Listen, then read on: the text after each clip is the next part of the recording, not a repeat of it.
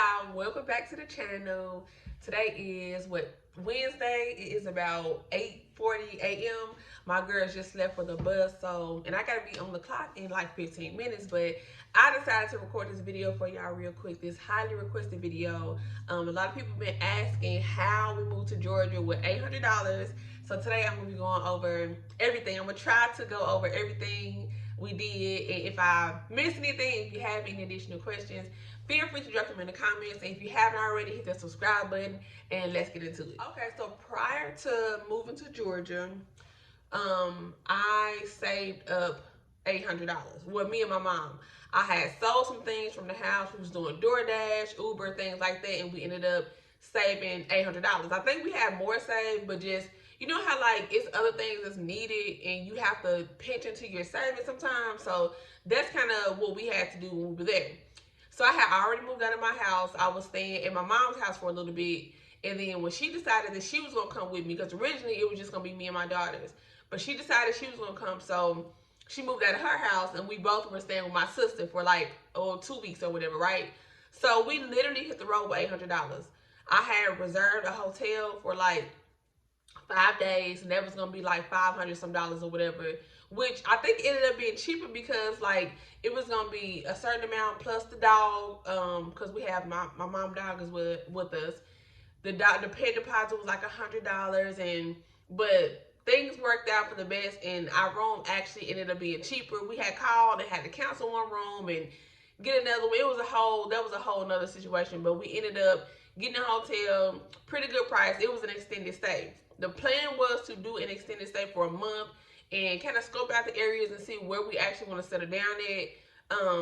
But I ended up just switching into just for a week or whatever. Well, almost a week, just 5 days, and that's all we had. So with this $800, we were able to get the hotel for 5 days and get gas in the car, put gas in the truck or whatever to get down here. So I knew, like, prior to us coming, I did have a job, a work from home job. I had already took my pre-licensing class and exam and passed my test, and we were out of work for like 2 weeks after that, like a week or 2 weeks after that.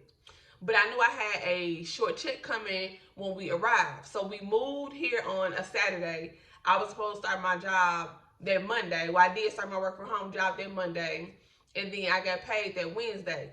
So the check I got that Wednesday was like $400 some. So it was enough to like book the room for a couple more days, but you know, still wasn't enough.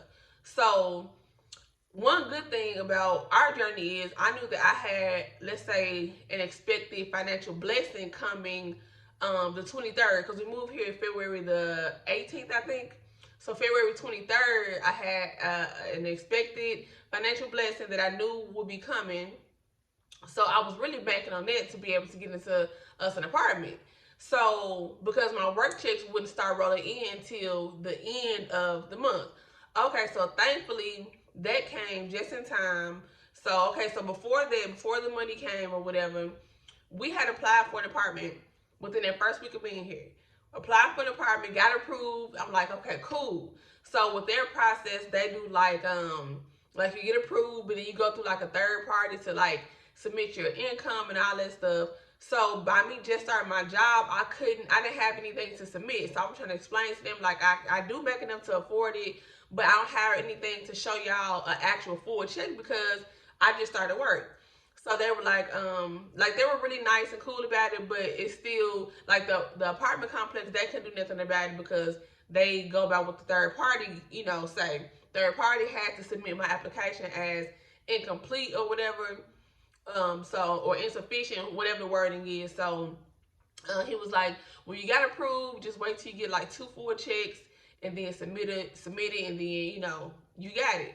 We really couldn't wait for 2 whole full checks before moving because I work from home and the setup just wasn't what I needed to be able to work. Like, there was no Ethernet hookup, there was no privacy, you know, this was some things that I really didn't take into account before booking an extended stay, but it was still good in the moment because I hadn't received my equipment yet. I was still on my laptop, so that was a good thing. But once my equipment came, it just wouldn't have been ideal for me to set up in the front room at that desk with no Ethernet, no privacy, things like that. So okay, so that was first place that I had written down on my list. Like prior to coming, we weren't really apartment or house looking. Like we were, but we weren't. Like we hadn't applied for anywhere. I had wrote down a list of places that I, felt were good places. The reviews were all good, affordable, nice, spacious, all those things. I wrote down the whole list to look at when we got here. I had only talked to one apartment complex prior to us coming. This was a place I had got approved for when we first got down here. But I still hadn't applied for anything. Okay, so go down the third apartment complex that I had on my list. We actually applied for that place day 9 of being here. Day 9, and we were moved in by day 10, which is crazy. Now this place, the only reason why I didn't apply for this place in the first place was because so the application fee was like $100. They had like a $200 administrative fee that's due at the time of the application. And those things are just new to me. Like Arkansas, where I was in Arkansas anyway, I've never really had to do any of that. So it felt like I'm paying a $300 application fee. And my thing was, I don't want to pay a $300 application fee and don't get approved. Like, you don't get that back. So I had called, talked to her, made sure I knew what are your qualifications? Is it 2 times the rent, 3 times the rent? Do you have a credit score? Yeah. And my credit not good, by the way, y'all. That's one thing I'm working on. It's not good. So let me just start there. I ain't gonna even say what it is, but just know, if I can get approved with a credit score of that, then I'm sure anybody can get approved somewhere. But so I talked to her. She was like, if you apply, this is our process. I probably can give you a call back within the next 15 minutes. So I'm like, okay, cool. Stepped out on faith and applied for the place, and we got it. She literally called back within 30 minutes, right? Okay, so she called back within 30 minutes and just was telling me that I am approved, but with conditions, which I figured that because my credit, score, my credit history is not the very best. So I figured that much anyway. Okay, so cool. We approved though. So we went over the conditions, and the conditions were just me having to pay a higher deposit, which was okay because I expected that. But also they go through a third party who you don't have to pay the full deposit. You pay a portion of it, and as long as you stay your lease, you don't have to pay that whole deposit. It's some kind of way that it works like that. So that was even better. So I didn't even have to pay that whole deposit, and I was thankful because they helped us save a coin. So yeah, that's how we ended up moving here with $800. We literally had $800, an active Uber account, where we can go do Uber Eats and DoorDash, things like that. Or DoorDash, is it Uber Eats or DoorDash? Anyway, an active, account like that, and that's it. But things flow so well. It flows so well, way easier than expected. We moved in, we didn't have anything but what we packed in our truck, our necessities, our clothes, my ring light, things like that. It's all we had when we moved in. We were thankful that we were able to bargain shop and get some furniture the day, I think it was the next day after we had moved in. And since then, we've just been slowly but surely getting our apartment together. We love it here. So thankful that things worked out the way they did. Moved here with $800 in our pocket. Got approved for a place the 9th day of being here, and we're officially moved in by day 10.